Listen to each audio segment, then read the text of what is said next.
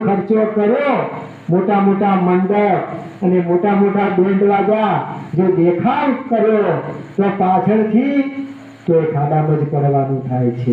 જેટલી તાકાત હોય, જેટલી મૂડી હોય એટલું આપણે રોકાણ કરવું જોઈએ.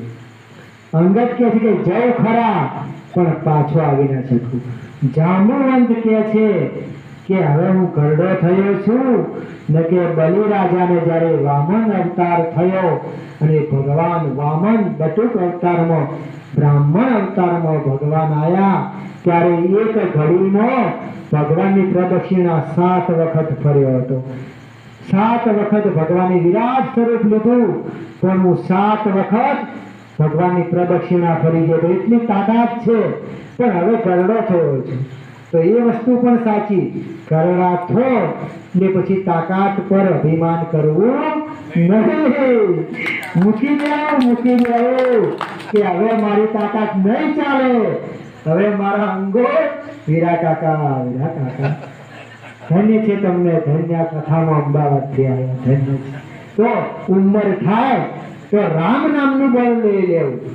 આટલા દિવસ આપણા શરીરનું બળ હતું, ખૂબ વાપર્યું, આકોટા કર્યા, છણકા કર્યા, લાકડીઓ રાખી અને ડોળા કાઢ્યા, પણ જ્યારે બધું પૂરું થાય ત્યારે રામ નામ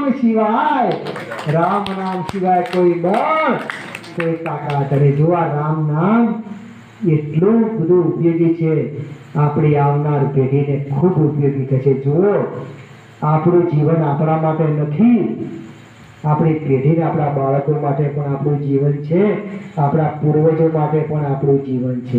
પૂર્વજોને સંતોષ થાય એવા ધર્મના કાર્ય કરવા, આપણા આવનાર પેઢીને ભગવાન ખૂબ ભક્તિ આપે એટલા માટે ધર્મના કાર્ય કરવા. આપણે સ્વાર્થ ન કરવો કે મારું મારું મારું નહીં. આ જીવન મારા માટે નથી, આ જીવન પરમાર્થ માટે છે. આ જીવન પરમાર્થ માટે છે. હવે હનુમાનજી મહારાજ આ ચર્ચા સાંભળી રહ્યા છે પણ પથ્થર ઉપર બેઠા છે. પથ્થર બનીને બેઠા છે કે મારે આની સાથે કોઈ લેવા દેવા છે નહીં. કે હનુમાનજીને શ્રાપ હતો, એક ઋષિનો શ્રાપ હતો. હવે અંગદ ના પાડે છે, જાંબુવંત ના પાડે છે, એટલે જાંબુવંત કહે છે કે અંગદ, આપણે હનુમાનને તો ભૂલી ગયા. આ પવન પુત્ર છે, અંજની પુત્ર છે, કેસરી નંદન છે, શિવ અવતાર છે, આપણે એને ભૂલી ગયા.